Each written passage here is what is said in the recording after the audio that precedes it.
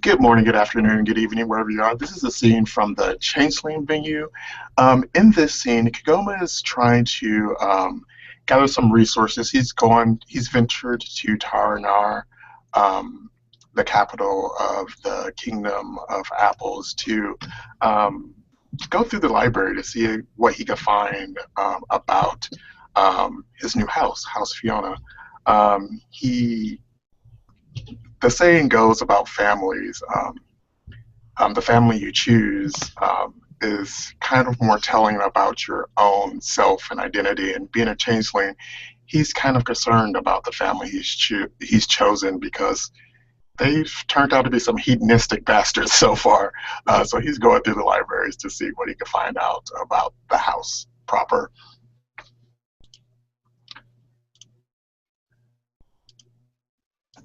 And when he enters the library,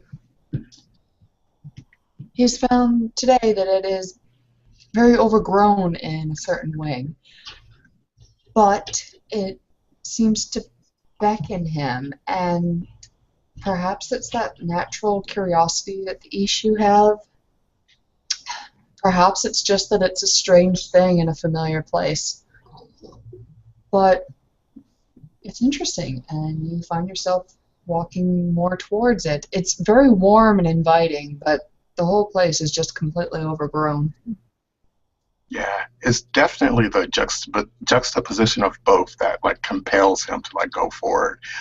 He will start venturing into this new area and like looking at the books and seeing what's on the shelves while keeping a wary eye around the room just to make sure he's not waylaid by anything.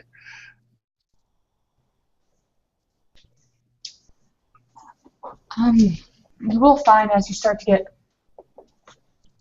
more into it, the walls, going to say it gets a little bit more see-through, and what you see beyond it is sky, more trees, and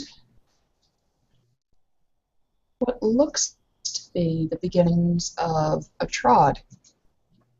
Not the usual Stargate affair or the over-elaborate doorways, but this is much more naturalistic. It looks like it can almost be part of a tree, some kind of odd tree, and it seems to form a little bit of a gentle portal. There is, right now, nobody else in the library that you can see that is noticing any of this odd stuff going on. Being what he is, he's very curious about this trod, and this seems to be underused portion of the library. So he's going to take the first steps along the trot. He's definitely interested in where this path is going to lead him. Being a shoe, he trusts in his luck and fate ultimately. So he's going to see where this rabbit hole leads him. Okay. And as you go through the trot, it's not a jolt that comes with flicker flash. It's not not the cool rush of air that sometimes comes with portal passage because you're going between rooms. It's just more of a warm feeling, kind of like when alcohol is beginning to hit your system, or you've taken some sleeping medications and you really want to fall asleep because it just hit you, kind of thing. It's permeating throughout your body without actually the outside of you feeling hot, per se.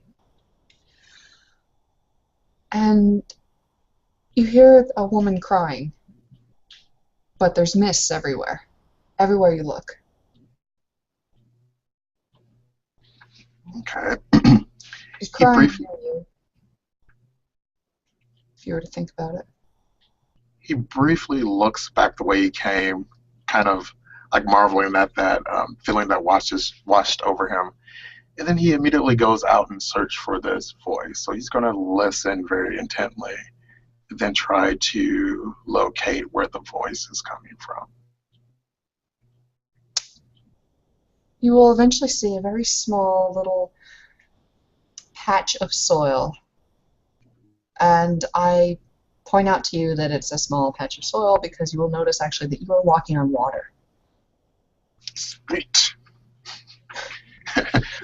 My own beliefs have been confirmed. On top of it is a young thing. 16, 17? Definitely a she. The long ears poke out from her hands that are over her face and trying to catch her tears. Her hair is short and hacked, like some bits are balder than others. Perhaps she had lice? Whatever happened, she probably didn't get this professionally done. And she's wearing an older outfit. I wouldn't say it's the typical 14th century style tapestries that adorn Taranar. This is more long sleeves. There's some sort of apron bit over it, and there's heavy buckles at the very tops of the sleeves and a heavy belt around her too. That's about all you can make out in the mist. Okay. Kegoma inches forward, but then he kneels down and reaches out with his hands. It's like, hey, hello? Can you hear me? Oh. And she looks up at you, and she looks exhausted, just wrecked. She's been crying a very long time. Her eyes are puffy and sunken at the same time. She has those creases that come from continuous frowning, and she looks both pale and flushed in the wrong places. I'm so lost. Are you lost too?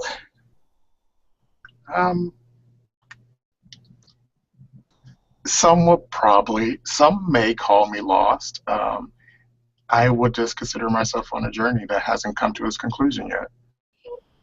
You want to travel with me? I can't leave. I want to Kegoma, go so bad, but I can't leave. Kegoma kind of smiles to her in that like exploratory way that strangers do to kind of get like a gesture, to kind of get a gauge on like how tired she is, like if she can even manage a courtesy smile back kind of thing. He's trying to get a sense on like her kind of like emotional state. She looks wrecked Okay. and exhausted. There's a pause, and finally she collects herself enough to say, I have sworn that I will wait here for my children. Then wait we shall. He will like come over closer to her and kind of reach out a assuring hand. How long have you been waiting here? I don't know. A day? Okay. That's okay. Why are you crying? Are you just alone?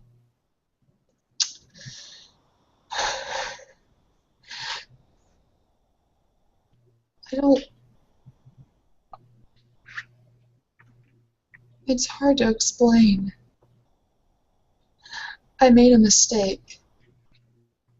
A very bad mistake. And to have to tell my children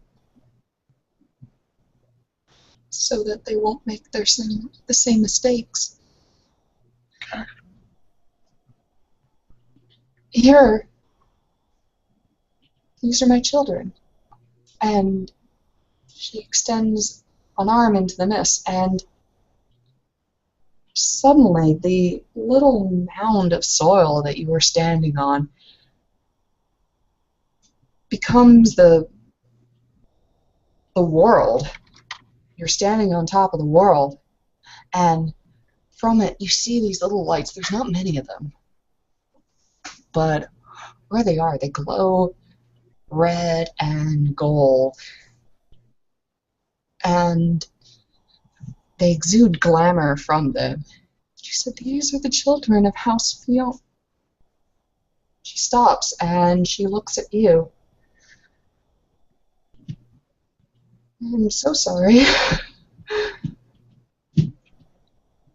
There's no need to apologize. Your children, they're Fiona?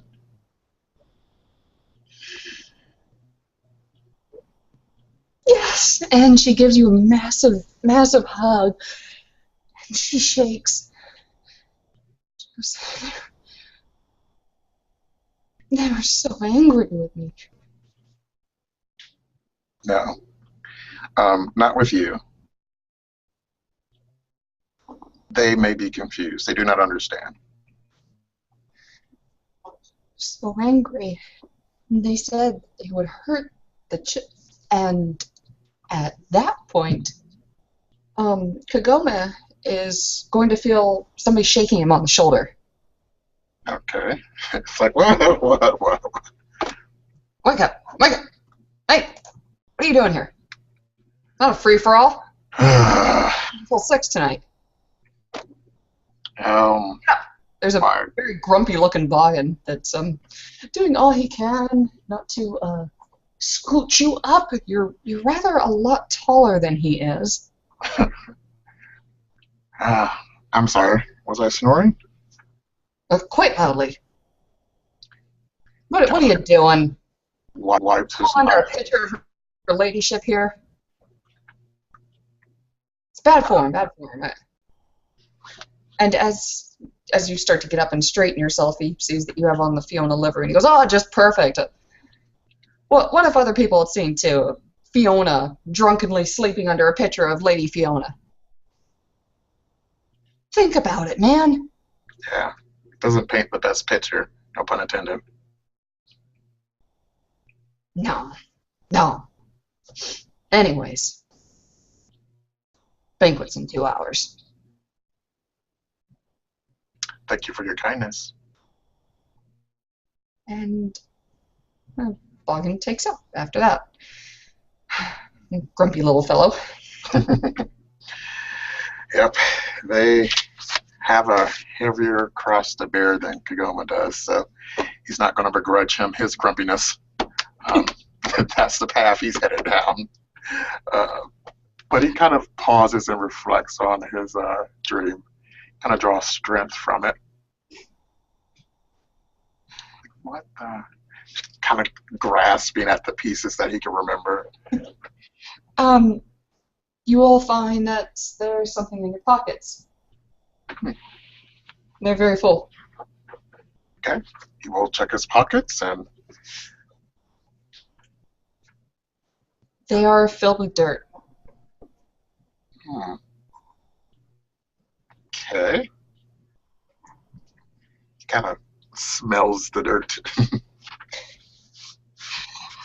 Smells really damp and very rich. Okay. It's the color of manure, but thankfully it doesn't smell like it.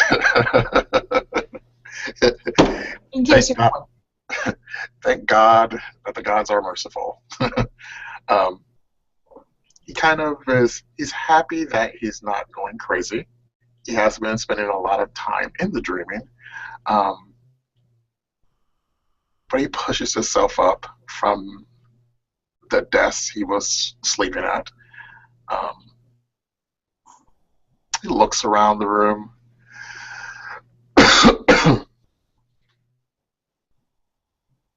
Looks back at the livery that he was just drooling on.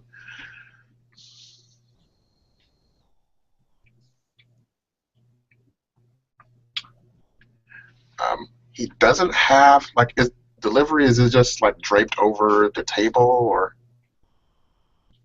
Oh, you wear it.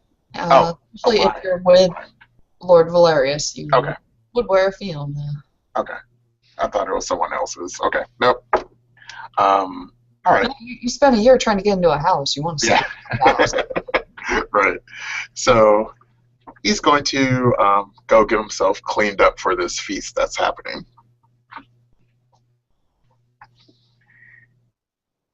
Whistling a pleasant little tune, that nagging dream in the back of his mind. All right, guys. What is the rest of Taranar up to?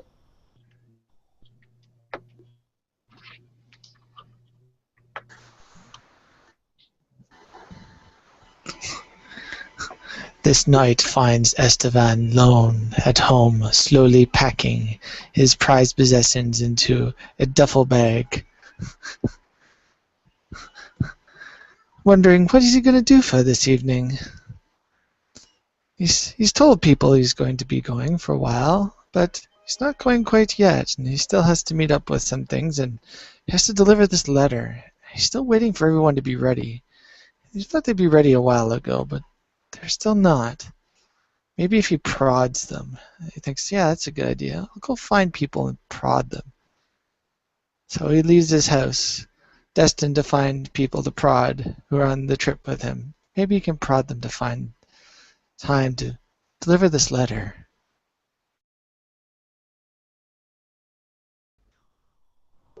Um, if the camera on Turner shift to some other place, they will probably see a very Victorian, dirty, old, horrible bar in which Pietro and Tribetin are quite comfortable, looking at each other and going like, "Do you have an ace?"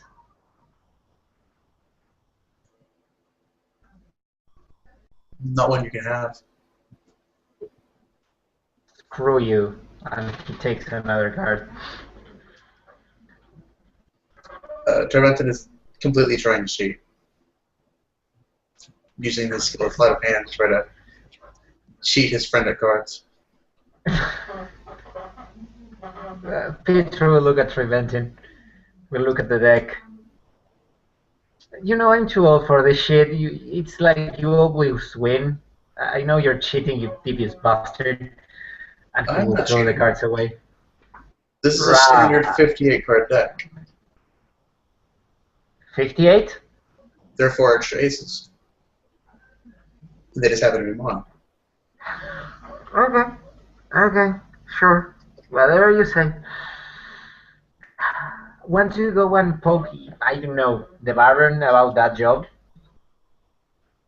Right, that job. Sure. Cool. And he will grab the 58 deck card and will start counting the cards as they leave. You devious bastard.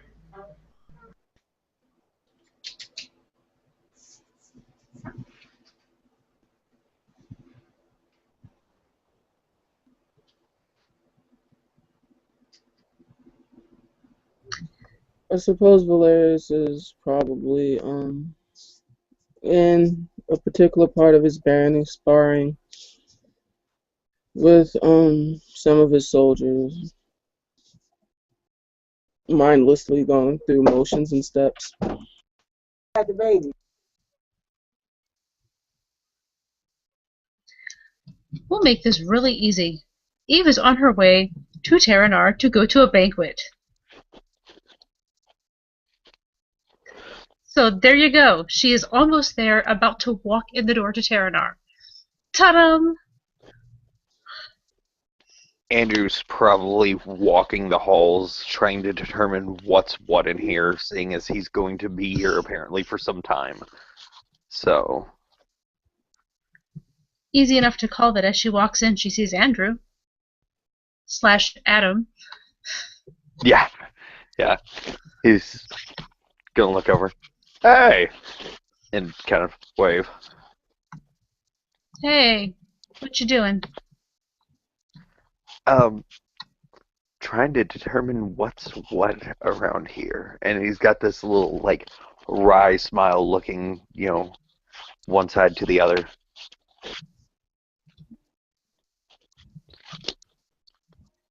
Okay. That's an odd answer, but sure. I mean, the place is rather small, after all, and he's looking her in the eyes at this point.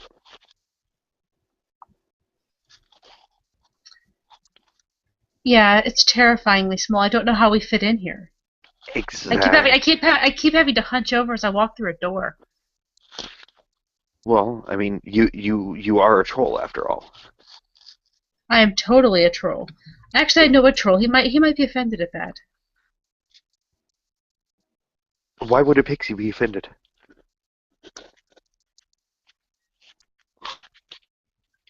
Pixie. Right. That's not even a thing at the moment. Well, it's stating truth. So I hear there's a banquet down the way there. Are you just kind of wandering then? No. He kind of looks to the side. Pinch will come around the corner and run smack into Andrew. Oh, I'm glad it wasn't me. Andrew kind of picks himself up. Lucifer. Good thing you're fast. I missed you. He just stares at them. Oh. Yeah. Hi. Yeah. Pinch will look at the Baroness. Hi. Do you guys know each other, or is this just you just randomly run into people? We're the oldest of friends. We've known each other for years. What was it? It was years ago on that trod in. Oh goodness! Come on! Help me out! Eva's seriously rolling her eyes at this point, just like Willow. Yeah, you two have never met each other, right? No, you're absolutely wrong. I can't understand what you're saying. You're making absolutely no sense. Sure. Bingo. And he points with one finger to Pinch. Bingo. He gives you the two thumbs up. All right, so then what is your name not? Definitely not Pinch. Definitely not Pinch and Adam. Well, definitely not Not Pinch. at all. This is definitely not. And she kind of stumbles for a second. Adam. Then what is his name? You'll have to ask The him. man with definitely the not man Adam. with the man with no name. I saw that movie once. I was in it. It was awesome. She just looks at them both and she's like, "Okay, you two are very, very puka." He kind of covers his mouth with his hand, and it just has an ear-to-ear grin. I'm offended. I'm a what? We would definitely never be puka. We're selkies. I mean, duh, can't you see? Of course. Look. No webs. You actually know what a selkie is? Well, milady, you Doesn't didn't everybody? explain to me. Yeah, maybe you two should talk then. I'll just let you guys discuss what a selkie is and see who can interpret the best. Oh, that's... I definitely think that you should mediate this. Hello. In that case, I think I'm gonna leave. Oh. He kind of has this rather bewildered look on his face, looking at her, kind of like... She's so unfriendly. He looks at her and goes, I don't miss her. But... And breakfast. he kind of throws an arm around Andrew and kind of leans on him. Worst of enemies. Wow. Wait, did we just become worse enemies? Okay. This is a total bromance. I think I should leave you two alone. I'm Eve, by the way. I'm gonna go towards the banquet. You guys can follow and have your little bromance walking behind me if you want. Or next to me, whatever you want. Wait, I thought your name was Eve. And he points at Andrew. Definitely. Eve is just gonna start Eve. walking. These two are like having a comedy. It's like having a comedy duo hanging around with, like Laurel and Hardy or something. He She's gives gonna the walk. okie dokie symbol and walks. We definitely shouldn't follow her to the banquet, right? Oh, definitely. It's a horrible idea. Okay. That's true. You could be Tweedledum and Tweedledee. Oh. Eve, and I thought you hated me so little. So Val is supposed to is planning to walk up at this moment, or He's gonna walk in with Esteban. with Esteban? Okay.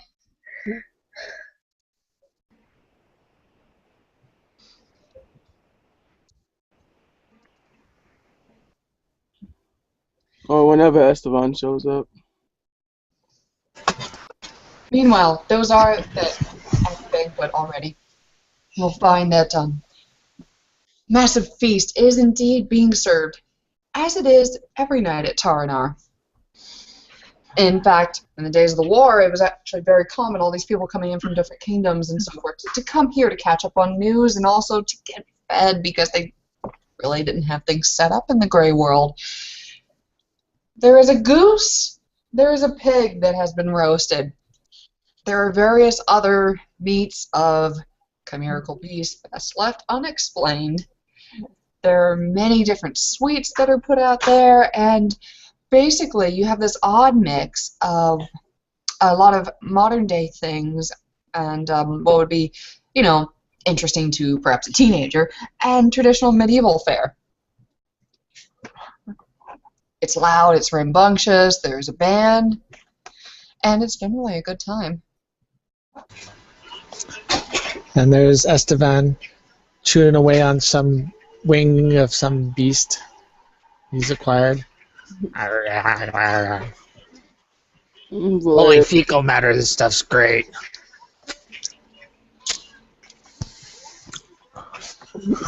Valarius will walk in and see if he recognizes anyone. Hi. Wow, he'll kind of smile brightly and wave and just walk over. Wave to Esteban too. Didn't know you were coming here. Well, I was looking for people, and then I wandered through this hall, and there's food and music and stuff. I got a little distracted. Well, I was actually talking to both of you, but yeah. I was a little bored, so I figured, I'd come by. See what the fuss was about.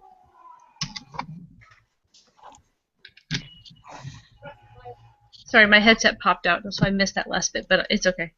Valarius. Yes? There's a full moon out tonight, and you know how you know that right now, at this very moment? How? Because all of Taranar is gone except for the people at the tables that are eating. You see instead just a forest and a full moon. Sweet.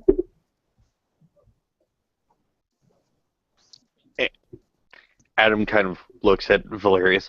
Hmm. Milady? And he kind of looks around. Yes. I have no concerns whatsoever about this. This is odd, and he kind of has a questioning tone about it, and his face is rather concerned. Valarius is going to laugh at you and say, "What? It's a full moon. Calm down." Everybody that is within 25 feet of Valarius will see this, so that is our adventuring gang tonight. Okay. Everybody else, all the other changelings, are going about the feast like normal. They're even going in and out of doors that don't exist. And Oh. My Hawkins chair. Oh my gosh. continue to act like the castle is there.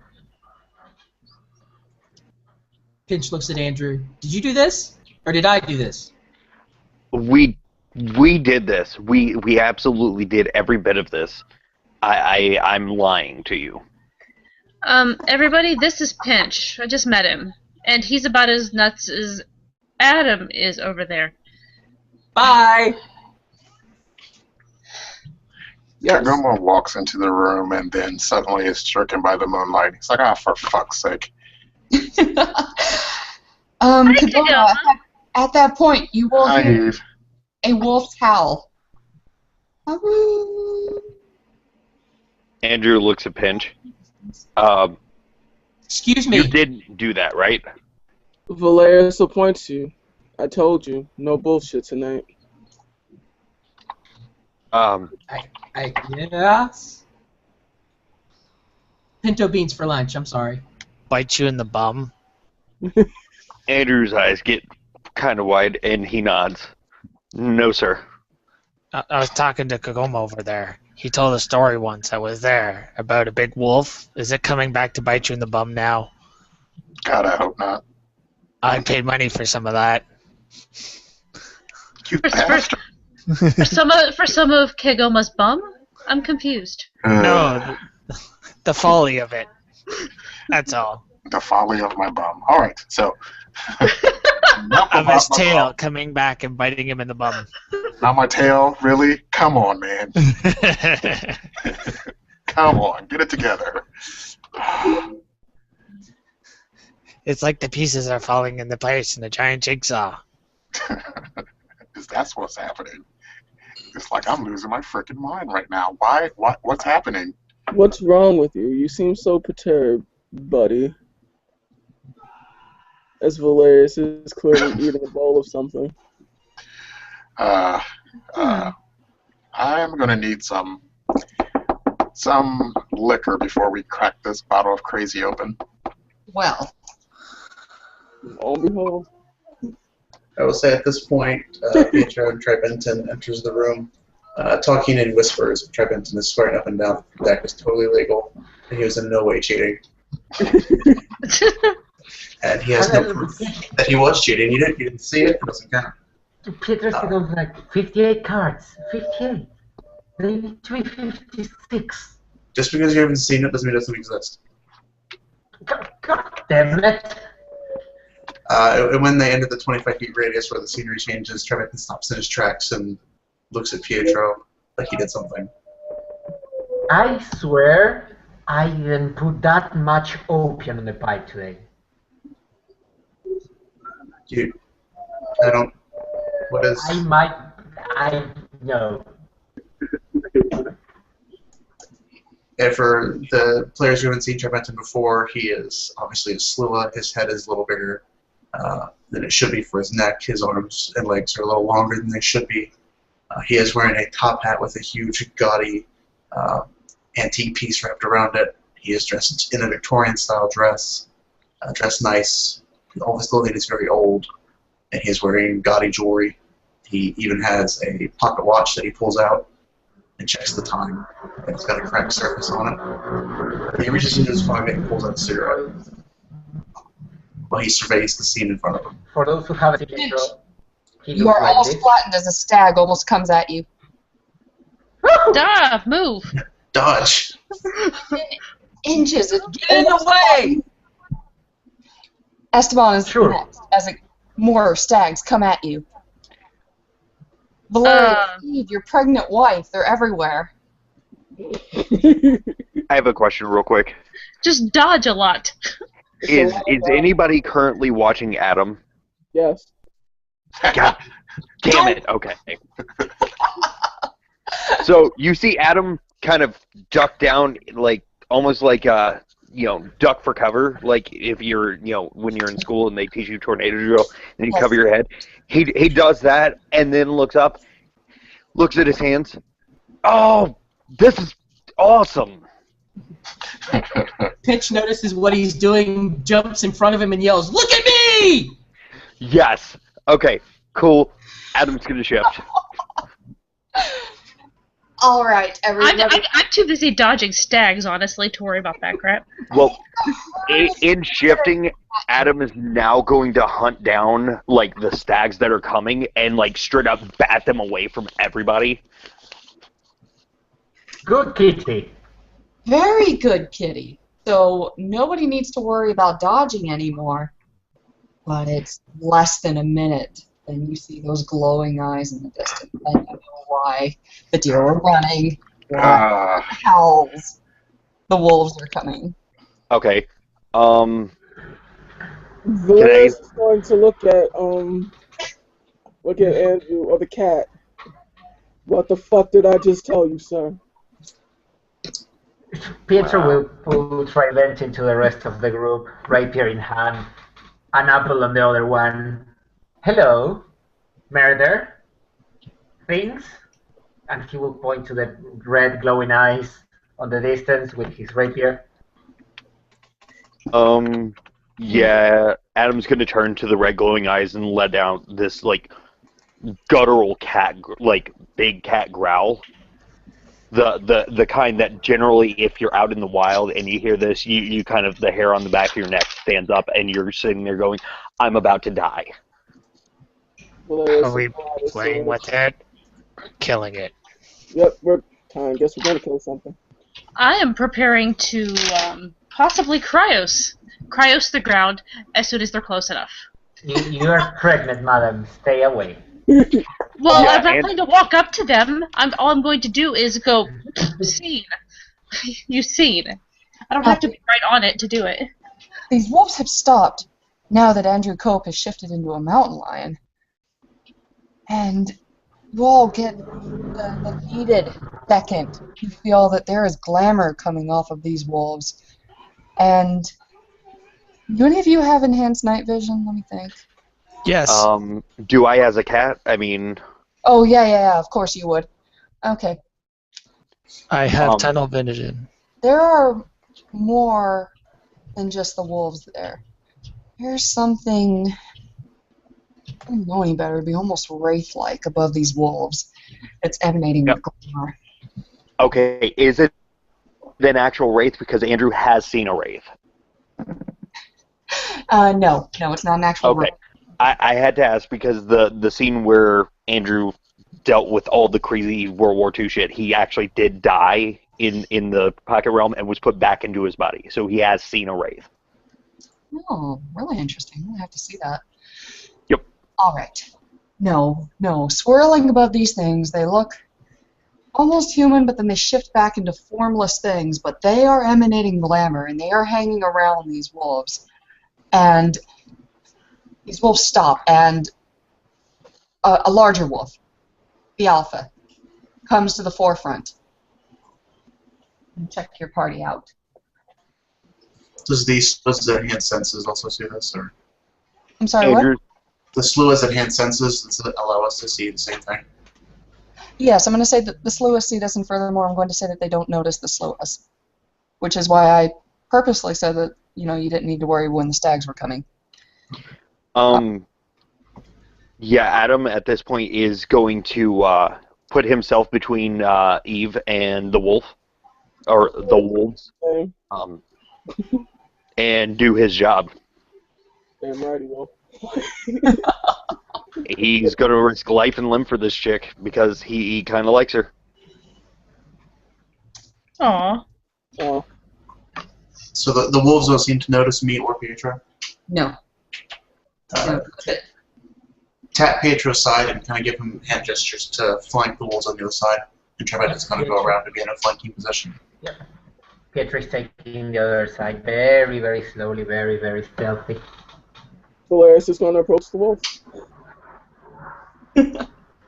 All right. So you approach them, and these creatures, I don't know about this mountain lion. They are... You know what? I'm going to give this to Andrew Cope here because you spend a lot of time as a mountain lion. They are uncertain about you. You might never have seen what you are before, actually. With that, he's going to give the "this is my territory" growl and like hunker down, very cat-like, ready to pounce. All right. The other wolves, they're judging. They're watching to see what their alpha does. See if their alpha thinks this is necessary or not. Can I prep an action? Yeah, go ahead. Should that alpha get within pounce range, I'm going to bounce on that motherfucker and bite his fucking head. Yay! Okay. See how that goes. But Kind of like, test me, bro. Come at me, bro. Let's go. If something similar happened to one side, Pietro is getting ready with his rapier in case if any wolf jumped from his side to the party, he will just take a quick step forward and stab it on the neck or whatever part available to be stabbed. Okay, now I know where Valarius is. Where is Kegoma throughout all this? Kegoma has probably inched his way to the back of the party since everyone else is going up to the front. Yeah, hide behind the pregnant woman. Thank you. Oh, he already knows that Dreamin's going to protect you. We need a rear guard. We need a Actually, rear my guard. husband walked up front. Although he hasn't felt that strange pang of fear that normally protects him, his higher rational brain is telling him to get the fuck out of here. So he's prepared to exit stage right whenever the moment presents. All right. The alpha pounces at this point. Pounces on Andrew. Nice. Okay. Can I get a... Flash and Afira, you said that you were going to go for the neck. Describe to me how you do it. Am I on top or on bottom? That's what I need to know at this point. You're on top. You prepped it. I'm on top? Cool. I don't want this to be a wolf fest.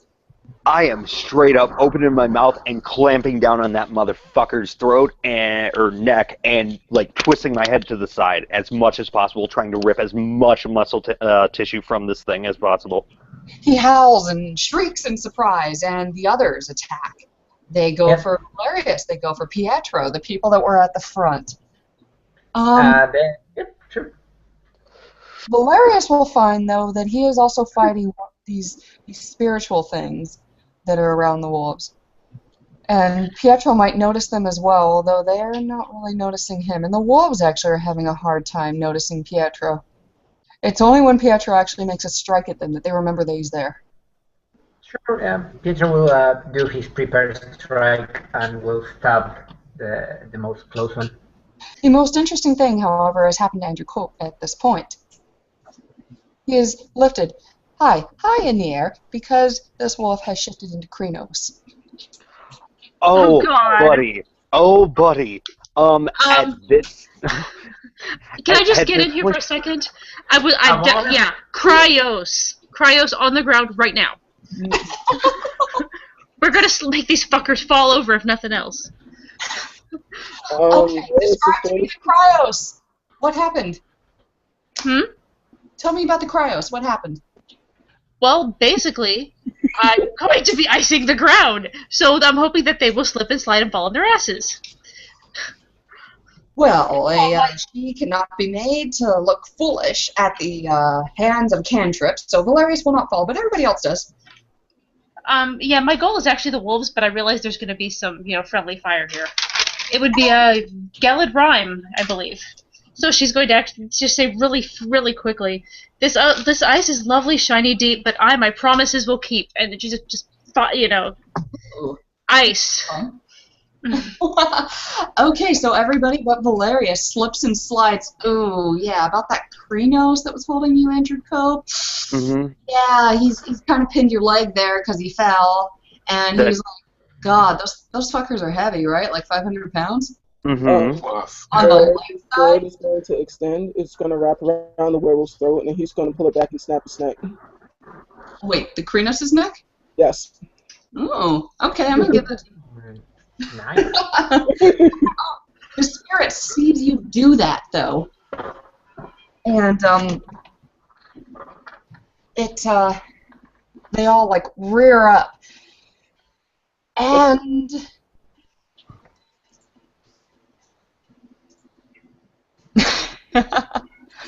you feel a tremor in the earth, and all the werewolves back up, and the spirits leave them,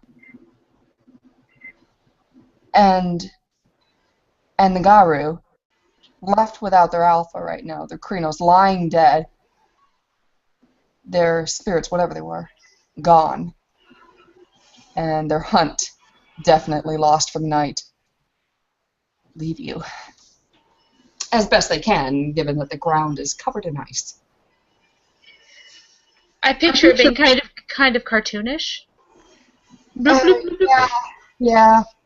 It's well, they're trying to get out of there. I don't think they're worried about appearances at this point. But True. I think, moreover, you guys aren't sure if you can die in whatever is going on here, so there's probably a sense of relief that you guys are feeling. Just for the safe side, Tribetin's going to kick in Quicksilver in case they decide to do something silly. I'm still pinned as well, correct? Yeah. Okay.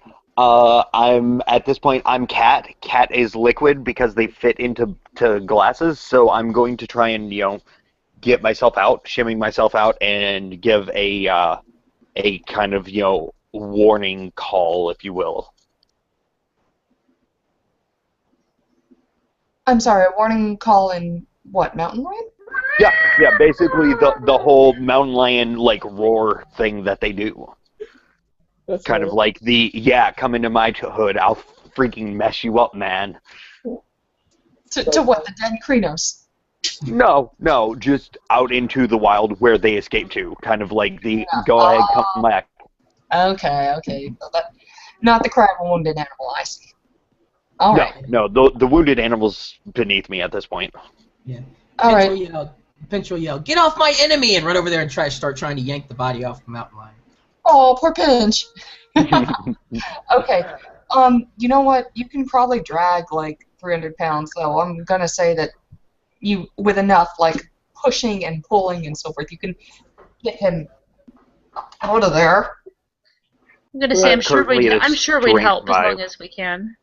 Yeah, I'm currently at strength 5, so I don't know if that applies to anything on moving things. It might help in terms of you pulling yourself out of there. Yeah. No mechanics, just tell a good story. Okay. Yeah, so he's gonna the thing's dead, so at this point he's gonna start ripping at it to get more weight off of him. Have you ever seen when you grab a cat's leg just playing with it and it just kind of just goes haywire trying to get out? That's roughly what you're looking at. This mountain lion's just batting at this thing. Oh God. Okay, well, between all that effort, I will say that you finally get free. Not a little frazzle. And as Kegoma is backing up, he runs into a wall. Well, wait, that's not a wall. It's something with glowing eyes and crossed arms. Pietro is just taking one of the eyes of the fallen werewolf into one of his vials and putting it inside his backpack. Hey, Kegoma, where you going? The fun's just starting. Yeah, that's your idea of fun. You're batshit psycho. I stood back and watched. It was fun for me. What? Why? What is even happening right now? Where are we? From a They're dreaming, ballroom? I think. You look out, and all you guys can see is a dark forest. The air is actually very cold and a little bit moist. The wind whistles, making the whole thing a little bit cooler. And you get the feeling it could rain at any moment, but the thing that strikes you the most is that the world is very, very dark and the stars are very, very bright. You live in New York City. When was the last time you saw stars? In the dreaming. Yeah. Probably. People dream of stars. Valarius is going to hold out his hand for Eve. Take his hand. Looking at the Fiona. This is your banquet. This is your fault. Whose fault? Whose fault? The Fiona, whatever. And he points to the Baron. Oh. And then he's Look going for this to one. give this exasperated look to the wolf, to the puka, the mountain lion. He just kind of shake his head couldn't take my word for it, could you? Andrew kind of shakes his head and starts grooming himself, very, licking his paws, fixing his hair. Pinch will try to fist bump with the mountain lion. Tribetin reaches into his pocket and pulls out another cigarette. I'm not entirely convinced, Pietro, this isn't you spiking something of mine in retaliation for my creative ways of winning at poker. If I could, summon werewolves, I would have already done it. Okay, Yeah, seriously, can we just, focus on the problem rather than blame everybody? we're not blaming anyone. I just want Oh, to know. I'm upset. Now, very serious question here. Is anybody denying that this is going on? No. No. No, and Andrew just bit into this thing's neck. He's not questioning whether this is actually happening. I got one of his eyes, so I just made a big patch of ice in front of us to resolve the issue. That's wonderful. You all are being fantastic changeling wilders then. Hey. Yeah, well, the grump was too busy running away, so... Yeah. Grumble's the smart one out of this. If this was actually a werewolf, we all would have been dead. But, what's confusing? Well, actually, I mean, I had, this cat thing in front of me, so I was pretty much well, alright then. The cat thing was prepared to do his duty. Good cat thing. That's a duty? It's a big duty.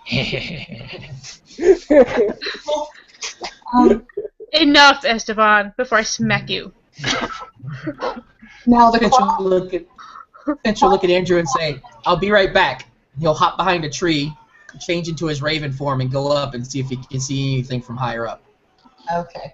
What you will notice when you're higher up then is that the ground is moving. You definitely felt it move earlier with the Garou, but something's pulsing there, and it's much slighter, but when it's illuminated by the moon, you can see it. You don't see anybody else around you except for... Well, there's some people that are actually kind of close to you guys, but that's it. There's nobody else.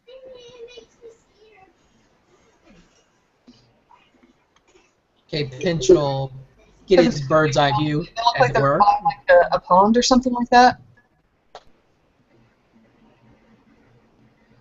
I'm sorry, you kind of faded out. Oh, I'm sorry. There's a little pond down there, and it looks like there's 2 people. Yeah, definitely 2 forms and stuff down there, but other than that, you can't see anybody. You can't even see the wolves or the spirits now.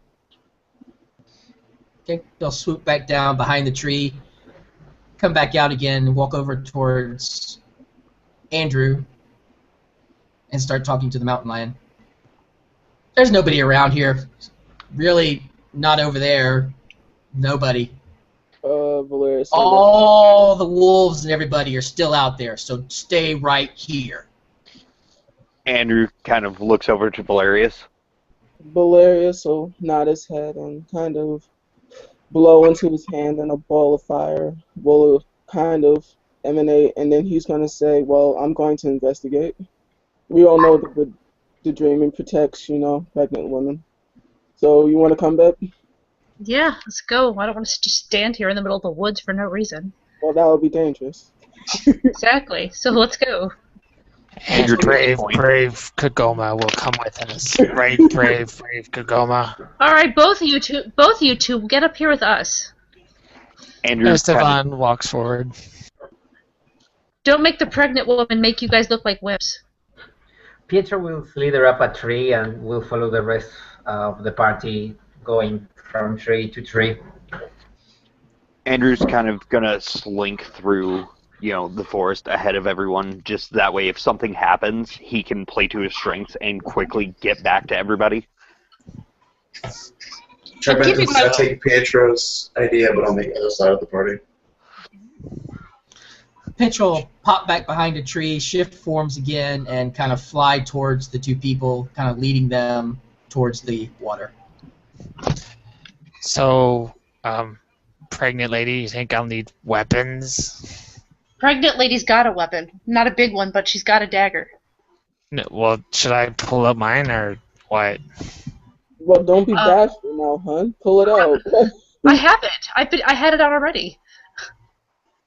I noted it on the side there when you guys were all talking, and I couldn't. Valarius will look to Esteban. Well, don't be bashful, hun. Pull it out. Yeah. Yeah, get your weapon out, Esteban. She kind of winks at him in a saucy sort of way. I got a few. How big one you want? Well, You know, I'll let you decide which weapon, okay? Oh, okay. I'll start out with something easy. And he pulls out this really crazy, intricate-looking, blunderbuss-looking gun. Oh, that's the one I want. Damn you. I'm pretty sure they sell those on eBay, babe. Not ones like that. That one works really well in the dreaming. Let's just go. Everybody have weapons. Anybody who has a weapon, do have it out. Kegoma, you look like you don't have a weapon. Do you need a weapon? I have a weapon. All right. Come on in the front, bro. It's your job. My job? Yes. You're the issue of the party, don't you know? You have to make sure we don't get lost. That would truly be an issue if we got lost. Oh God, stop it with the issue. Wow. Don't worry. I'll protect you. Hopefully. Yes, he'll protect you from all the bad puns. All right, you guys begin to make your way through the forest with Kegoma leading the way. Unfortunately. All right, you go where the story is. The next part of this story is by the very same pond that Pinch saw. This is a world that has been built to tell a story. A very old world. It's a very old story. You go to the pond. You go to the people, and you begin to hear voices. But Matilda, I have to go. I just heard the howl. My pack's in danger. No, you said you'd stay. You said you'd stay the whole night. That's the woman's voice. Well, stay with me. You have to stay tonight of all nights. Look, Matilda, you have the deer, all right? You can take that home, and no, we have to get married after what we just. My tribe and promise to another. We have to stay together. After we've just. My tribe is going to be so mad. Matilda, all right, I'll stay with you. And you see the two of them embrace, and from there, the ground shudders, and it looks like one of those spirits at first, but it takes more form. It becomes a woman. A woman already dressed, coming out of the earth, her hair the same color of it. Her ears are even longer than Valarius's. Very interesting. They are actually, if Kegoma is looking at her, they are as long as the woman that was weeping earlier. And she comes up to the two. They don't seem to be able to see her, but she takes them, and before your eyes, because being changelings you can see this, she takes them into a trot and through the dreaming. All right. You're not there in the moonlit forest anymore. You see a woman. It is the same woman with that dark brown hair that is facing some she that are mocking her, and you don't understand why. But she vows to fight with the Gwydians someday.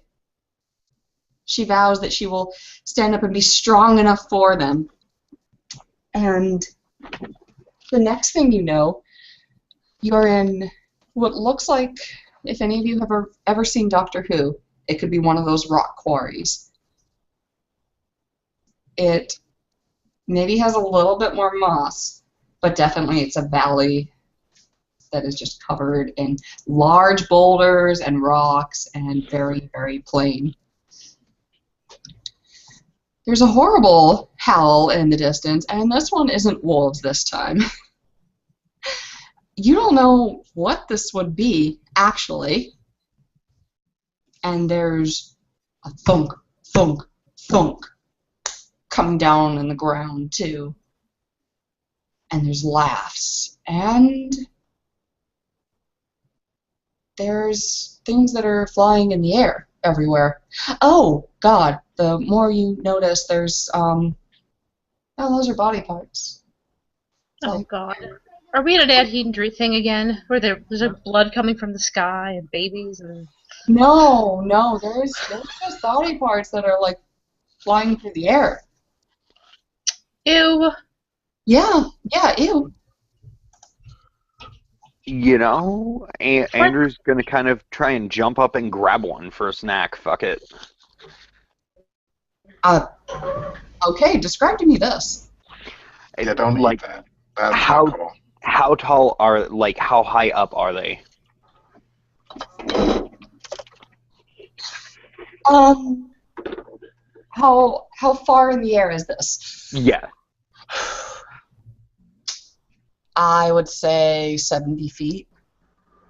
Oh. I don't see myself being able to hit 70 feet. Never mind.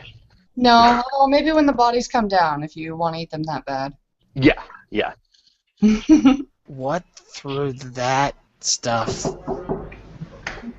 Pinch is decidedly avoiding that where he's flying. There's a horrible whinny. This comes at you. Whoa. Oh, God. Mad and crazy, bloodlust in its eyes. It seems to swim through the air. Tentacles come from its nose and from its mouth, between its hooves, and of course the rest of its body. It has bits of people caught in it. Bits. Oh, And it attacks Pinch first. I was on. Esteban raises his gun. Is this thing that's attacking Pinch near the trees? I'm sorry, could you say that again? If this thing that is attacking Pinch, this attack is happening near the trees, Yes. then Pietro is going to jump out of the tree. He's been following the party, and he will jump with his rapier straight to the beast. Oh, okay. So where are you aiming to land? I'm aiming to land somewhere around either his face or neck Okay. with the blow of the rapier. Okay. So you cut the nose. That makes it very angry, of course. It has just lost a tentacle. The other one, though, grabs you by the foot, and you begin to dangle off it. I will squirm out of it. Noah. Of course That you is appropriate. Appropriate Oh. response. How high is this? Pietro. Yes. Yeah, what he's asking. How high is it? You are poised to fall about 10 feet in the air on top of Tribetin. Before falling, I will use hopscotch to jump a little bit, and I will land safely. Because I was wondering if Tribetin was going to use Squirm to, like, leave you to the ground. This thing's still attacking Pinch, yes? Oh, yeah. Okay, yeah, Andrew, this thing's only 10 feet up, right? Yeah. Okay, yeah, Andrew's gonna, like, straight up jump, like, do a running jump after this thing, like, grabbing onto it with his claws, and, like, start, like, trying to devour it. Oh, fuck, you are bloodthirsty. Don't fuck with the Puka's friends. Okay. Where are you attacking? I'm going for its tail feather because aeronautics, you can't fly without tail feathers. Or a tail fin of some sort. That's true. This is a creature that obviously operates on logic. right. You're in the dreaming. Obviously, everybody. You should get a penalty for considering that logic. Well, oh my god. You know what? I'm sorry, dude. You get caught up in those, like, tentacle coil things. Like, of course you wrap them up, but that just means he has a bloody ass and he's angry. And he's still hitting friends. So Yeah, Esteban Pietro swears will, his knocker swear word at this. Frigga. Oh dear God. Pinch dodge left, and he pulls up his gun. and 5 shots quickly. Okay. Where do you aim? Do you aim at Andrew? I'm aiming front left kneecap, right front kneecap, center chest, right eye, left eye. Oh, fuck, okay. Down him, as at least one of those fuckers would have landed, right? Anyways, you down him, and he falls, coming Try at to you. do hopscotch to catch Pietro before he hits the ground. Oh, I'm sorry, what's Tribetin do? Using hopscotch to try to grab Pietro before he smacks into the ground. Oh, so nice of you. Okay. Andrew, can hopscotch off this thing to the ground as well? No, you're caught. Oh, fuck. Okay. Oh, good damn it. I will, you know... I'm already safe on the arms of my beloved. Because if it's a no, Pietro will, you know, before Tribetin, his mighty prince, come to the rescue, he will, you know, try to free Andrew by hacking and slashing with his sword and this web of tentacle thingies. Okay. Next time I'm leaving you to fall to the ground. You love me. You cannot do that. Pinch is basically doing his job and guiding the mob for the party all around him so that they can take swings at it. Just basically going in circles around the group so that they can take their shots and stuff. So he's back in Raven form. Okay. And screaming bloody murder. Yeah, and screaming bloody murder. Okay. Go! To the left, go! Wait, are you lying then when you say to the left? Absolutely. Okay. Alright, at this point, the Ikushkia will fall to the ground. Definitely severely wounded at this point. It's poised, however, to run straight into Valarius and Kegoma. Eve, call it the dreaming or whatever, but you're like exactly right out of the path. That's amazing how that works. Yeah, right? And you said this thing is, I mean, it's another one of those horse things, right? Another one? It's the one. Oh, it's the same one? I thought that one was knocked, I thought that one was taken out. Okay. Maybe I misheard.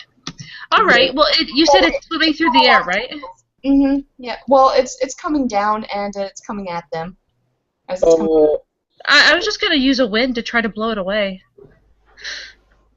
Well, you can blow it away, but it'll come back. It'll give them a minute to get their weapons out better, maybe, if they're not already out. Okay. Throw my spear at it. Okay. So, you throw the spear. Yeah. What are you aiming for? Remember, Andrew, don't kill him. How stuck am I? Straight into the tentacles, man. Okay, Throw it somewhere cool. it won't hit him. If I can get a headshot, I'll go for that. Ooh. Okay. Valarius is going to hopscotch his way to try to jump on the thing to go save his knight. Okay. You do that. He gets the headshot. There's just going to be a lot of falling in this adventure, I guess, because that's what everybody does. Assuming that Valarius is taking the high road, Kegoma's going to use hopscotch not to jump straight up, but more across and slide along the beast's belly with his sword to disembowel it. The fucker, he got the headshot. Okay, you have fun with his belly. After the headshot, the spear returns to Tribetin's hand. You guys fell at least 10 feet by that point. That's fine. Because he was falling down there, but, you know, stuff happened with winds and whatnot. Okay. That pounding, though, that was happening in the ground, yeah, the Agushkia was not causing that. Something called the faction was causing that. And the pounding in the ground, you will see, is the result of this enormous bull puka, perhaps? He's one-legged and one-armed. It would almost be cartoonish, except for the fact that this thing is so... This puka is so disgusting, so old and bestial and murderous that you know this is the reason that we're flying body parts in the air, not the Agushkia, this guy. And he comes at you. Again, it would almost be a ridiculous sight at hopping at you, but he's so big and threatening. If you thought the Krynos was a threat at 500 to 800 pounds, I don't even want to estimate how much this thing weighs. It's huge. I'm stabbing it on the eye. How are you going to get up there? Tell me how you get up there. Hopscotch. Hopscotch.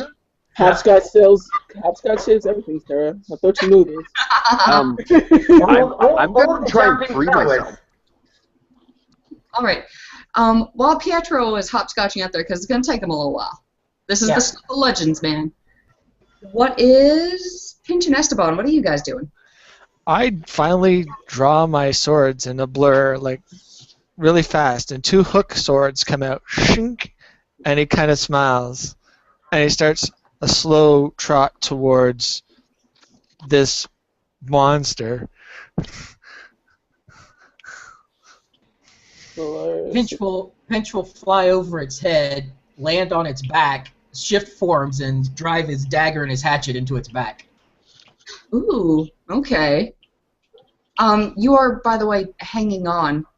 Yes. From now on to that dagger and that hatchet. Yes. Okay, this is a big guy. Okay. Valarius, Eve, what are you guys up to? Valarius is going to extend his sword, and it's going to separate, and it's going to do like this cool separation, and then it looks like it's wrapping itself around the hopping cooker thing, and it looks like it's about to ensnare it. Wait, where did the sword go? It's separating, and then it's kind of turning into like sort of like a whip, and then it's kind of encircling the hopping monstrosity towards us. Oh, cool. Okay. It looks like it's trying to ensnare it. So, kind of like Ivy's sword from Soul Calibur? Bingo! Eve, what are you doing? I mean, honestly, the weapon I have is a dagger, and this is a really big guy. So the best I could do with that is go stab it in the foot. I don't particularly see that as very useful. You would go up there first, yes. Baby, you're pregnant. No, you're not. Where is it? But, you know, you make it sound like you're defenseless, and I know you're not. I've seen your sheet. Oh, I'm totally not defenseless. Strike it with I'm just saying it in defense, which is why I'm going to stand back here. And as much as I've already done this once, we're going to do it again. We're going to cryos. Actually, I'll just. Yeah, in this case, we're going to cryos the guy, though, because it'll slow him down. She's going to end up killing everyone. Oh, man, okay. Yes, because if I do the ground, then everybody who's on him is going to get squished. Yeah, okay. Pietro and Pinch. So I'm icing him. Yeah, you're going to be very cold, and actually Pinch doesn't fare as bad as Alejandro. Dude, you were the very next one I was going to ask for your turn, but okay. So, Pietro slips down. We're going to say that you get caught somewhere around this thing's belt. Yes. Oh, the monster dick. This story is taking a weird turn. Yes. It's Pietro we're talking about here. It's never a weird turn. Is this monster porn? I'm missing something here. Oh, that would. At least it doesn't square me. Oh. Yeah. Yes, do it. Okay. Well, Yeah, I'm stabbing the shit out of this thing. where? Everywhere I can lay my weapon on. Oh, good. I thought you were gonna say that you. Okay. So you Yeah, stabbed. yeah. That part also. That part is like snap, snap, Grind snap, shot. snap, snap. Oh my God. Okay, that's gonna down him. Yes, because he got stabbed in the neck. I'm cutting the manlyhood of this monster. Oh my God. Okay, between See? My ice is good. that and the whip and the fact that it's very cold, he falls down. Pinch, are you okay? We're a bloodthirsty motley. Pinch feeling everywhere. is Pinch hidden behind the creature from everybody pretty much as it's falling?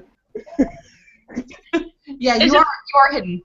Okay, he's gonna change forms and pop back into Raven form. Oh, thank God. Okay. Good. So I don't need to worry about you flying off into Nether Spear there. Yep. And then he'll ride it to the ground and end up standing on its head. Okay, guys, it is felled. It is caught up with the whip, and now it's kind of more at your level. This massive bull puka thing. Kegoma, Andrew, what do you do? Can I crawl out of this thing finally? Like the thing that's held me? Yeah.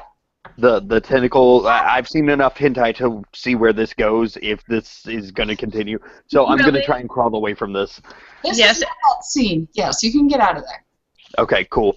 I'm going to do that and then charge the thing's face and try and latch on like a cat, that doesn't want to go anywhere. But first, So, the what do more you? important question, does this bull creature have a nose ring? That's actually a really good question, because if so, I'm going to hoop one of my legs into there and fucking just start biting it.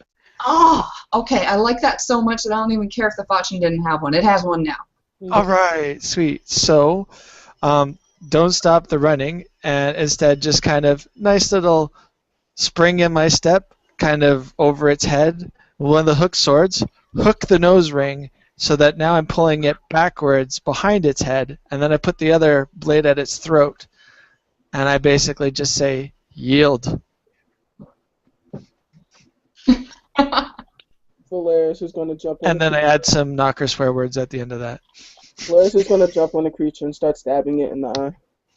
Aww. Yeah, you do that, you kill it. You killed it. I poke Valarius in the chest once. Punk.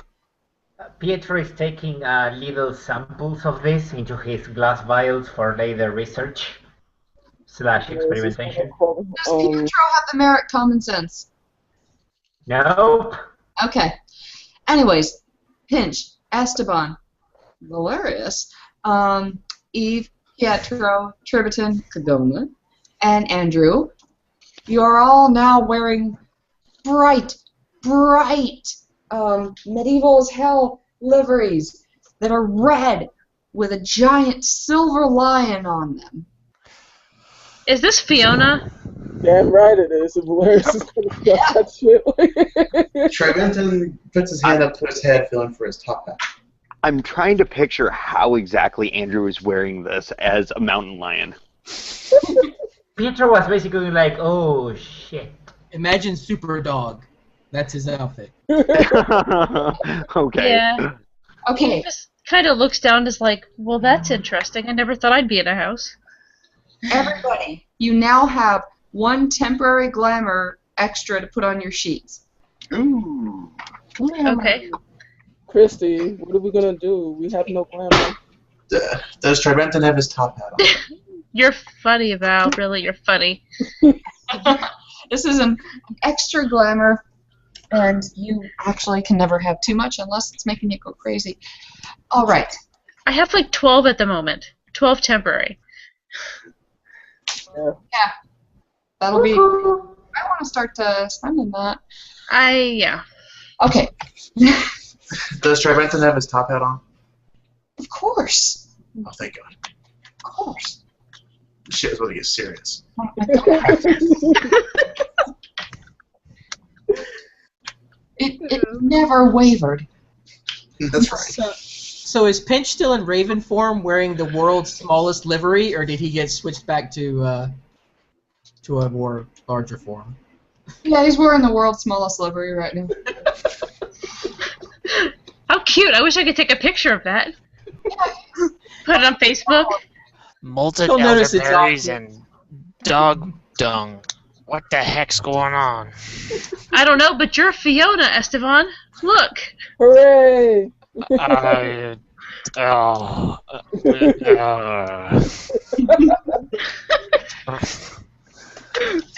I borrow one of your curse words? I'm Fiona right now, too. Yes. Hilarious. She'll kind of He pulls out a back piece and of forth paper across the and he top of the bowl. writes a really, really long one. It's really long. He holds up the paper. Here you go. Sweet, read it out loud and say it with a lot of feeling. Okay.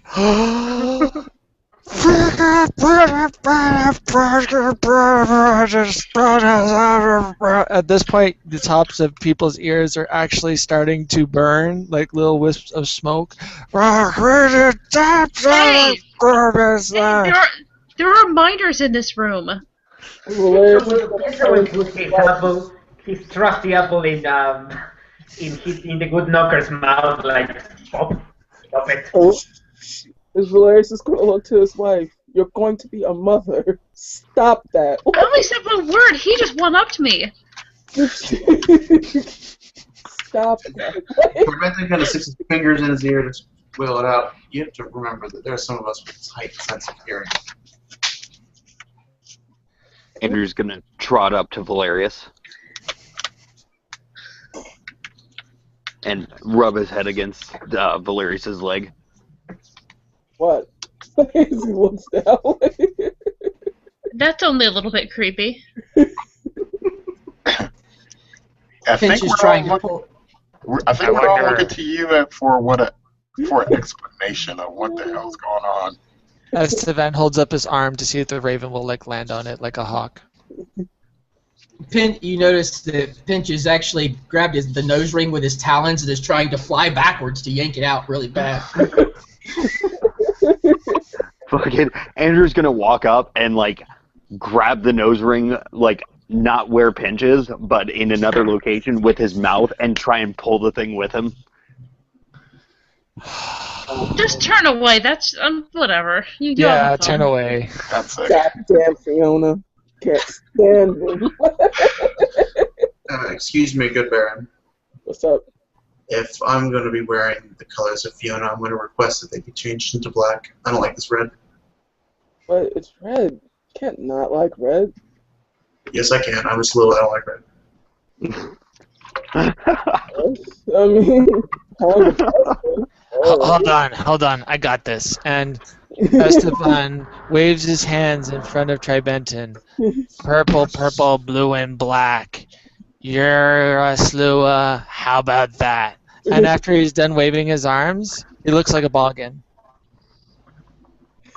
But at this point, the storyteller will wave her hand back and forth and go, waving away! Your clothes are still red. No, his clothes are still red, but Tribetin doesn't look like a Slua. He looks like a boggin. Okay.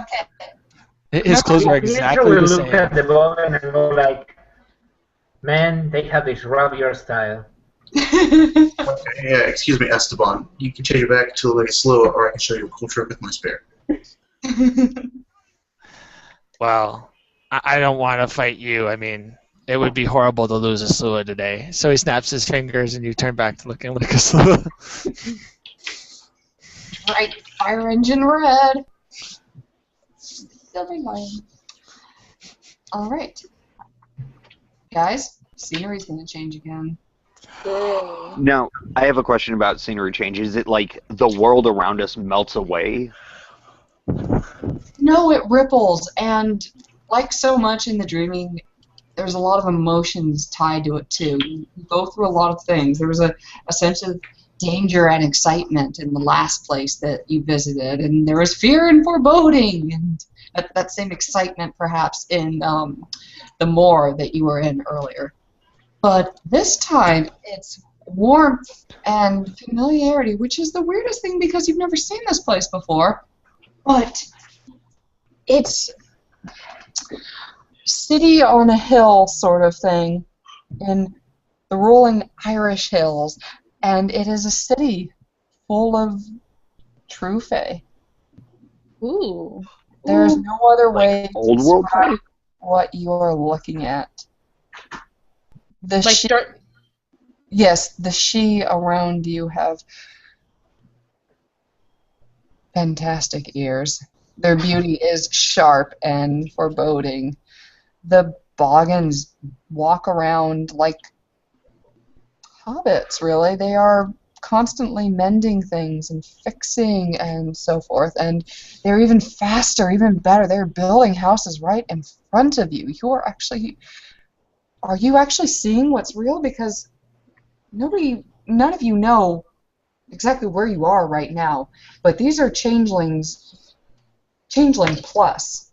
You've never seen anything more exaggerated for any of them. The satyrs are sexier, earthier, and a lot more goat-like. Just exaggerated versions of themselves. Everything is.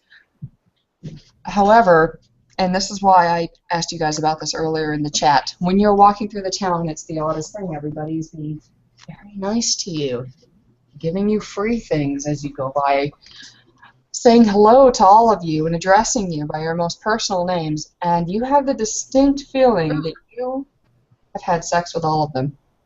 No. Oh my god. All of them. You have not fallen in love with any of them. You don't have any romantic attachments, but you have known all of them. And you have known each other that way too. It's going to be like this awkward silence of Valarius going to hold his head down in shame.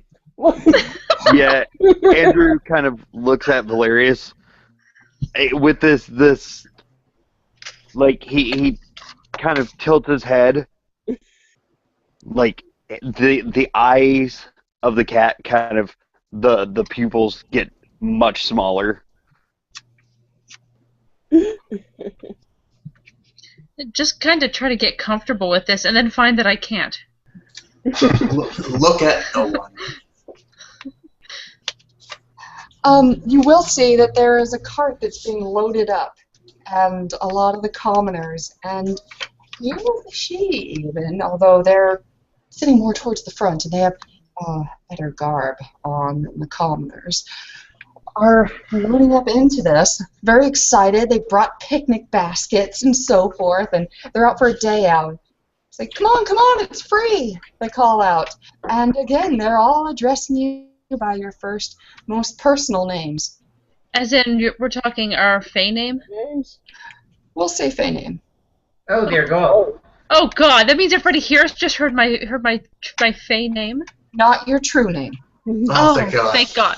We're like, I don't want this known. I would never do that to you guys. Not your true name, it's your Fae name.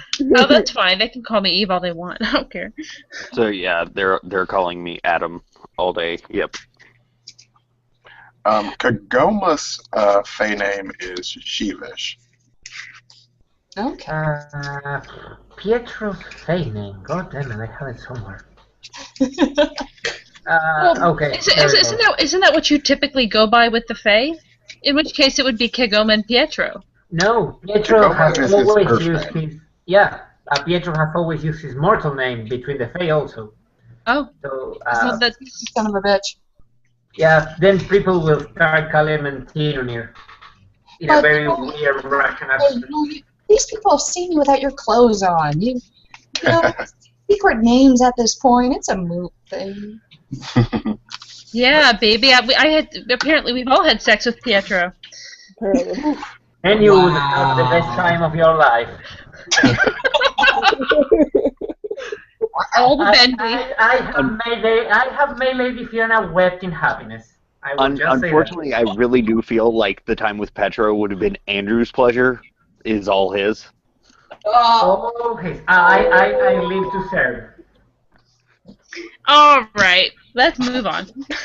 Yeah, let's just run up and probably sit near the front, dragging Eve behind him.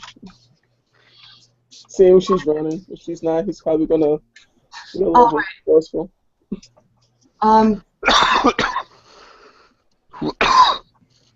Now, you load up into the cart, presumably, yes?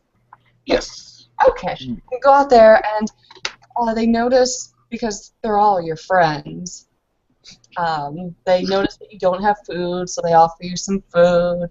You're going for this lovely little ride in the hills. And you stop eventually. The ride is not that long. It's only to the other side of the forest, so those days with a horse pulling it, maybe half an hour. And you see that there's another little town, and it's definitely not as nice as the one that you just came to. Oh, there's a lot of humans that are down there. They don't have those boggans that build those pretty little houses all quickly and make it look all picturesque and stuff. This is more dirtier. Everything looks a lot dirtier, actually. Like one of those gritty reboots of the town you just saw. And you see some whispering and stuff. Hey, where's Fiona? Oh, she's up with that guy again. What, the human? Oh. Alright, that's what she wants. And they're all laughing amongst each other. Well, when's it gonna start? Oh, I don't know. I heard. Oh, hey, listen. And everybody in the cart gets quiet. And you hear a howl, not unlike the one you heard on the moor. You will know this. It's the howl of attack. Andrew's gonna get up and get into his ready to pounce position again. Okay. Unsheath weapons. Yeah, weapon out. Strapping in action again. If something comes within attack range, he's gonna pounce. Okay. Spirits out. I'm preparing Quicksilver for you. Oh, no, at this, all the other three go, hey, what are you guys doing? We've got snacks. Pinch will land on Andrew's shoulder blades, right between the shoulder blades, and mimic his ready to pounce mode with his wings out. Oh, what are you guys? And they all kind of shy away from you and stuff. And you go, they're there now. Settle down. Gonna cause a ruckus? Andrew's gonna look at Valarius for direction. Valarius is gonna, what if they attack? Oh, nonsense. Say one of the she. No, nod to each other. Nonsense. Yes. They're there now. Clearly, you need food or something. They offer you a little cake, and they go back to watching the town. Shenanigans, all of them. Shenanigans. Eat the cake. Yeah, Andrew's gonna go back to watching for the werewolves. You won't have long to wait. Because out of character, some of you will know these as the days of the Impurging. They swoop through the town. Oh, God. God, why? Okay. It takes minutes for them to be everywhere, tearing things apart. Defenseless women that were carrying just food. They didn't have time to react even. These things move so fast. Faster than wolves. Faster than any beast or man. It's a carnage. And the commoners look on, eating their food and talking about it, critiquing almost. And one of the she turned to them and they go, hey, you guys know Fiona. What's up with her dating one of these things?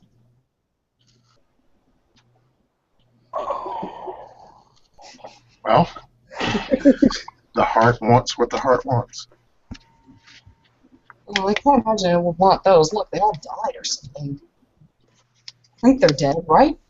And then one of the knockers stands up and goes, yeah, that's definitely what dead humans look like. Although you can take stuff off of them now.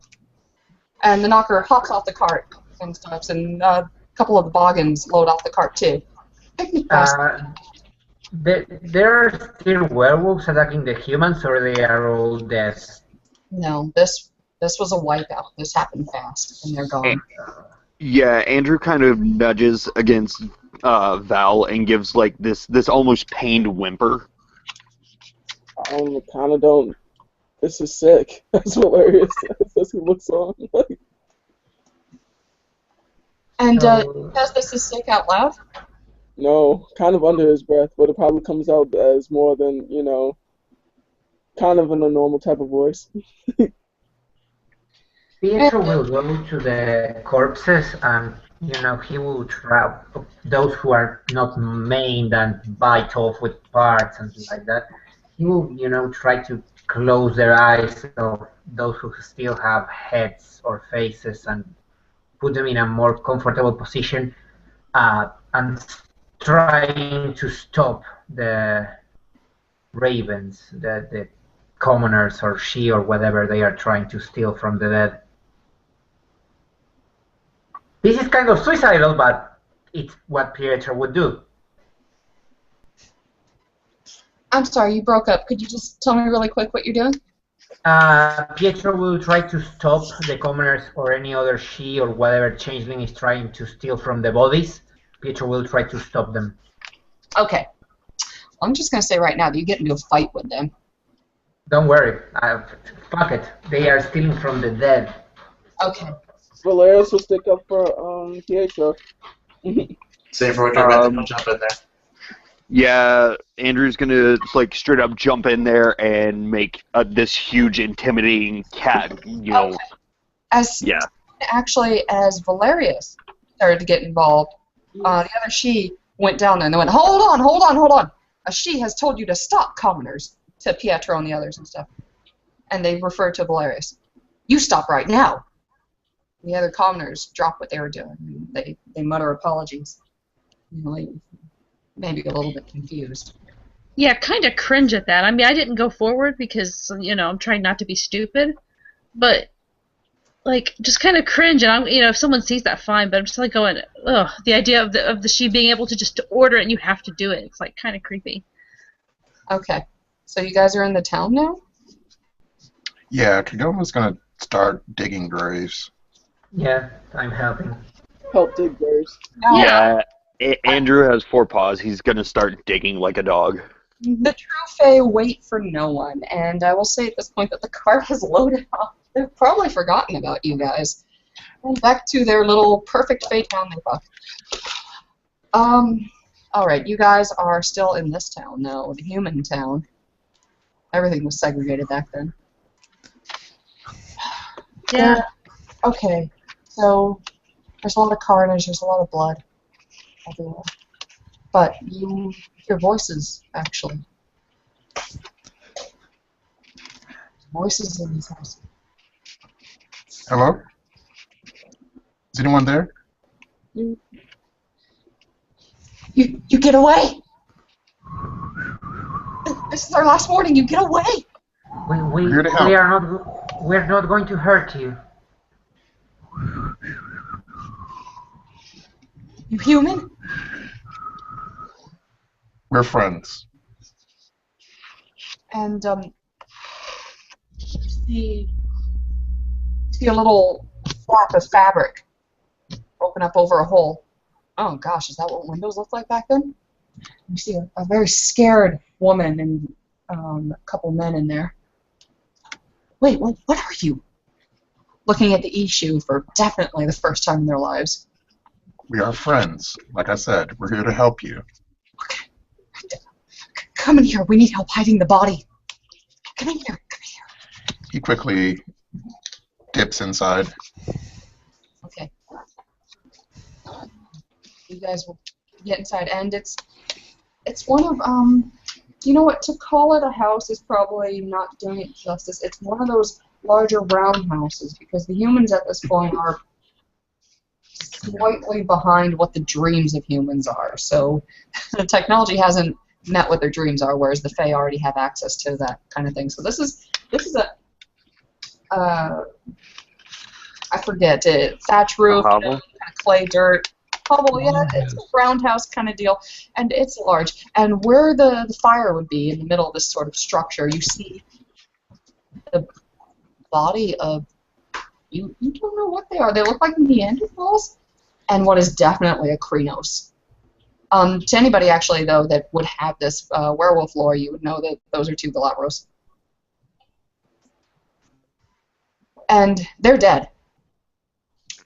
Definitely dead, and the humans are freaked out. We didn't know it would act so fast. We didn't know it would be so easy when they came to attack. We didn't, or else we would have armed everybody with these, and we will now. God. What do you have? Okay, take this back to your people. Okay, we've got enough for everybody. We've got enough for everybody. And he's almost hysterical as She goes to a corner and begins to dig with her nails into the ground, and from there, she unearths a distinct glint of silver weapons. Here, take one, take five, take them back to your tribe, take them back to your village, and next time they come, we'll be ready. Esteban eyes it. Kind of eyes it, like, kind of scared. Silver hurts them. Andrew's going to step around the corner, shift back into his natural form, and go back in.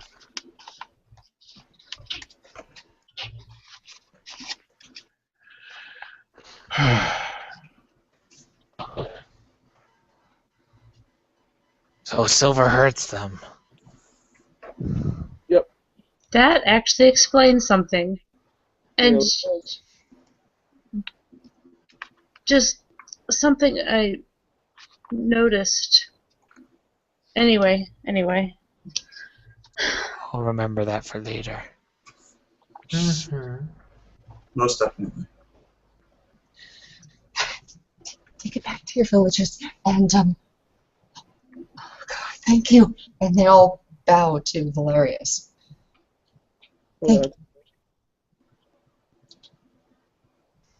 Kind of don't know how to respond to that. Wow. Kegoma elbows Valarius. Wow. Kind of just looks like a Kegoma and leaves. Like.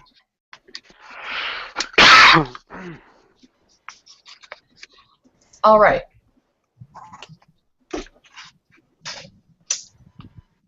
Okay. So, story time for this particular section is over. Wow. That was more sobering than I expected. Yeah. Take the silver, keep it.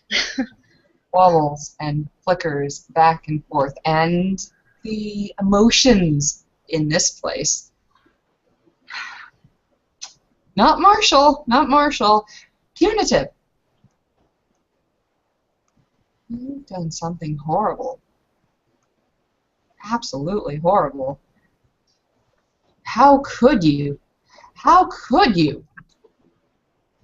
Actually, no, the scenery is coming back better into focus. These emotions aren't directed towards you, but you still feel the weight of the shame. Lady Fiona is there, surrounded by a council of she. You notice one man who looks to be a very hairy human. Is sitting in on everything else, but everybody else is Fae, wanting to see the decision that's made. And you'll see that there's a girl.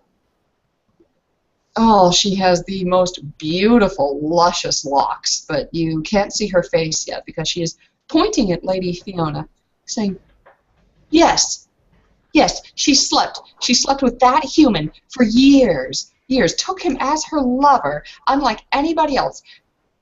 Took that man for years. They acted like they were husband and wife and played house together. And then when he says, hey,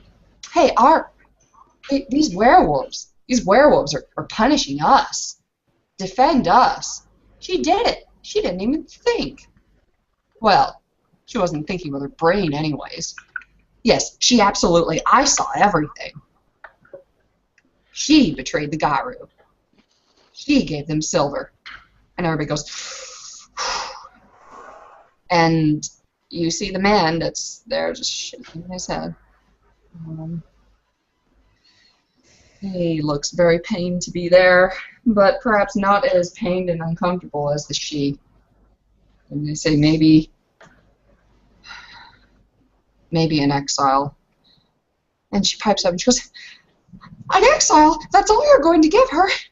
Just because everybody sleeps with her and they instantly like her, just because she treats somebody with some respect as soon as she sleeps with them. You're just going to do this? That's enough. And the woman Fine. Fine, I knew you wouldn't do anything anyways. She storms out of there. And they say, Lady Fiona, your crimes are severe, but it is our understanding that you would have slain your lover to begin to right these wrongs that you have wrought against our fellow spirits,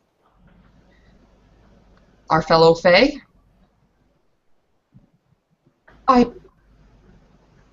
am bound by an oath. I could do no such thing, although I tried, she says softly under her breath.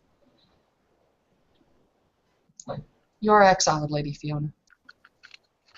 It would be best that you leave us right now.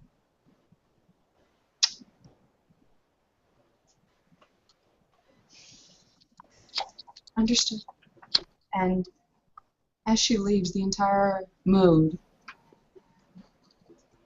becomes very somber, and it wasn't love that all these people felt for her. There was only one person she ever loved. Just the wrong person. But she was loving. She was kind to everybody. She was a good friend.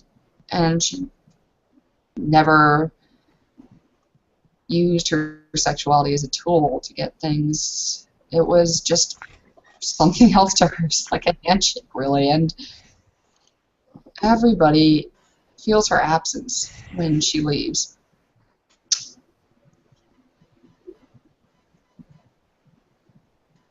She finds the woman with that luscious, beautiful hair.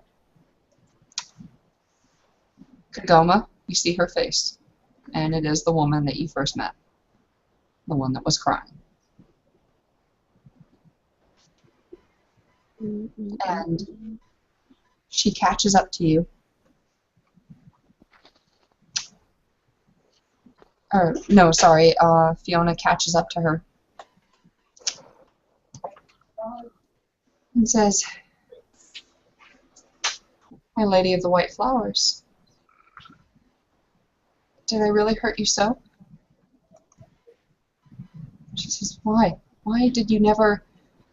Was I not pretty enough? This is what this is about, Fiona screams. And her hair catches on fire and her eyes roll back. So be it, Lady of White Flowers, that all who bear your name and any tongue shall suffer in love, no matter how they are reborn, noble or commoner, human or immortal, prodigal or Ghislaine. Evermore shall your lust be insatiable, your thirst unslaking, until you have lost all, and all are alone and forlorn as the last breath ebbs from your body.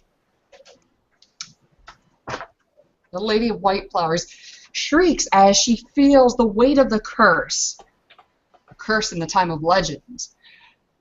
And the fires from Lady Fiona's hair rip across this woman in front of you, and she is on fire. Her beautiful, beautiful hair is on fire for just a second until it's burned away, scorched her scalp, tattered her dress.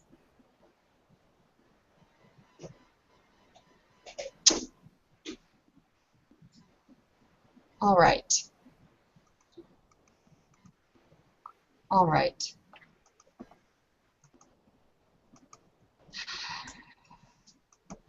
Everybody, you're not in Fiona livery anymore. You're in whatever you were wearing before, because you're outside of this tapestry once again. Those of you that are not Fiona will remember all this based on your banality, so fairly clear, but you will be missing some details.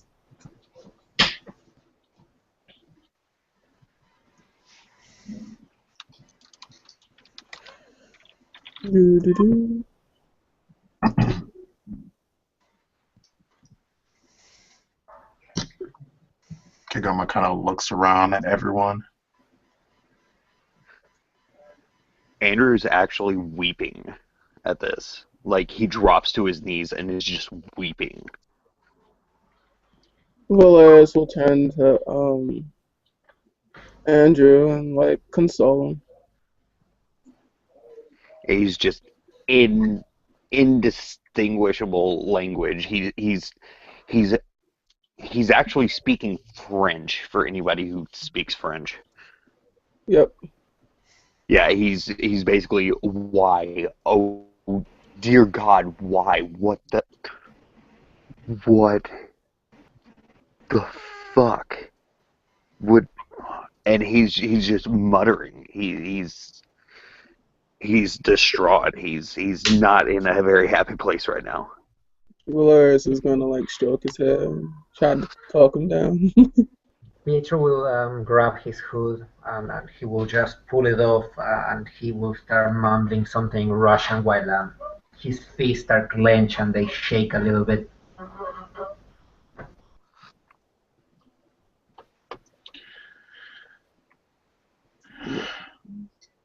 Tribetin very slowly lights a cigarette and just ponders what he has witnessed.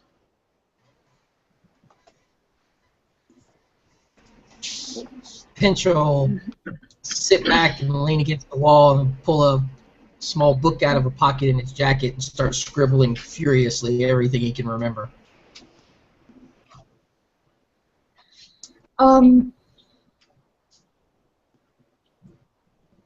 That's the interesting thing. When he starts scribbling, he's not writing everything he can remember.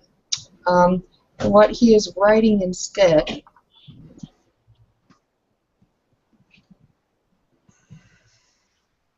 The Knights of Sathar,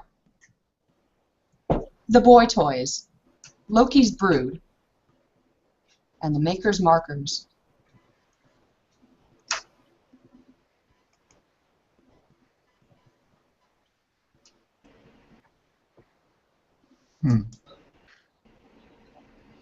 He'll keep writing, just trying to do the best he can. That's what he does. Call it some residual force, but it repeats. Okay. I'm just going to say it. You get the impression that maybe you're supposed to hold on to that. Or maybe it's part of the fact that you are a raven and you repeat stuff.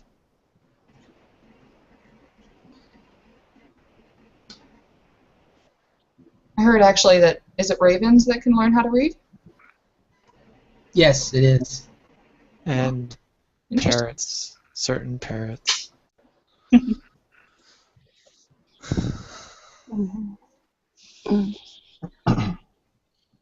Ladies and gentlemen, let's go across you guys one more time.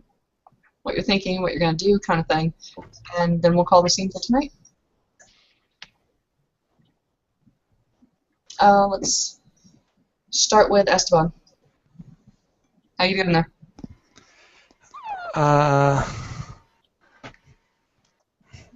Walking.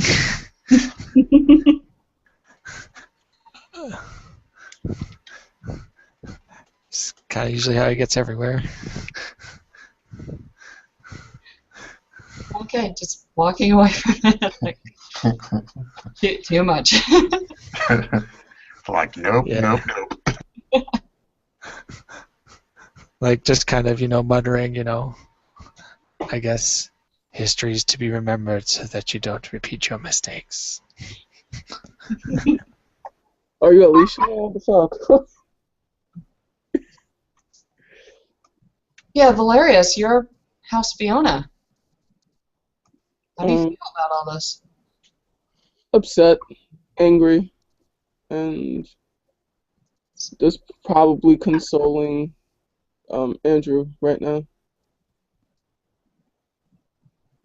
You do have the merit common sense, though, so I will tell you this. Mm-hmm.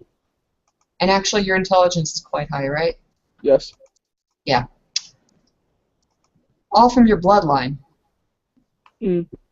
White Flowers was a Fiona. But Fiona was the originator. Everybody from Lady White Flowers' bloodline on. Not all the Fiona are cursed.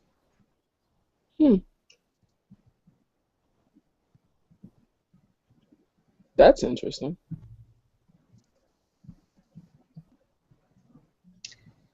Eve, you okay there? Yeah. She's pretty much standing there solemnly, like, just looking at the tapestry and trying to let everything soak in. It was kind of a very sobering kind of, I guess, adventure. And she has a little bit of newfound respect for House Fiona after seeing it. So it's a very interesting heritage. And she's respectful of that. It would be wrong to say that, Cokefield orgies never happen in this house, but it's more than just that one side. Even a satyr has more than just sex about it. Yeah. Yeah, she just has a newfound kind of respect for it. So she's going to stand there for just a moment and remembering Lady Fiona. Pietro, I'm real sorry, dude, but you don't have anything in your pockets. No, it doesn't matter. Pietro will just go to the tapestry, still with his hood pulled up over his eyes, and with his hands he's just going to caress a little bit and go like, I'm very sorry, Lady Fiona, but these are the things we do for the ones we love the most. And he will just turn around and he will leave.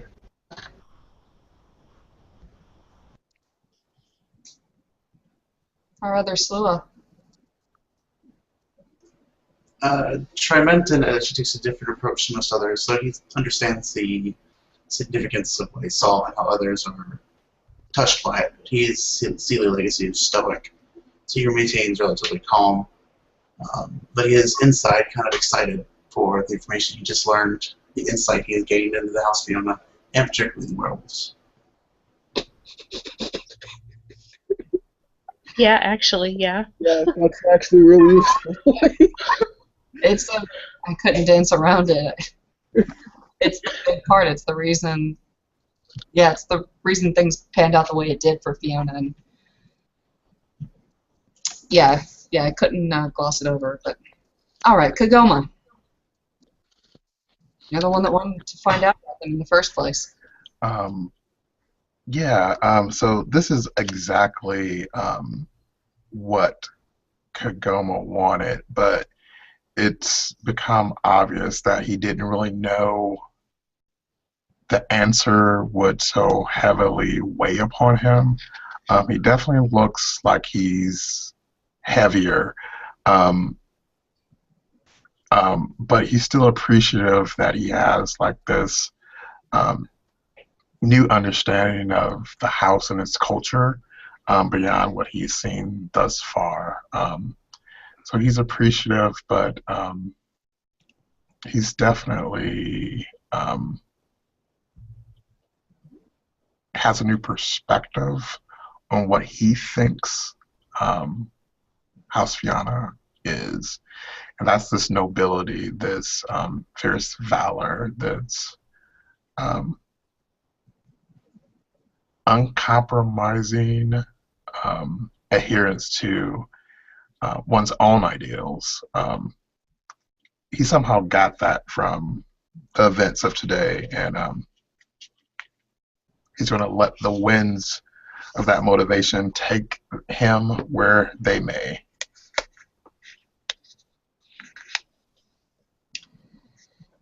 Andrew.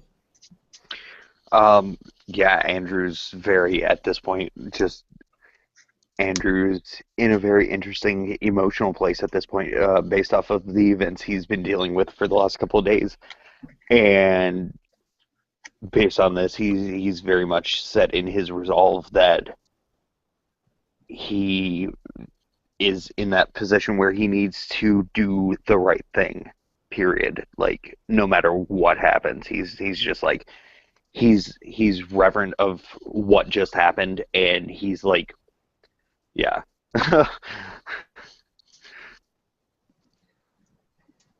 All right, then. Wow. I think with that, we'll call it a night. And for anybody that watched, thank you for watching. This is Changeling the Dreaming for Living World of Darkness. Good night.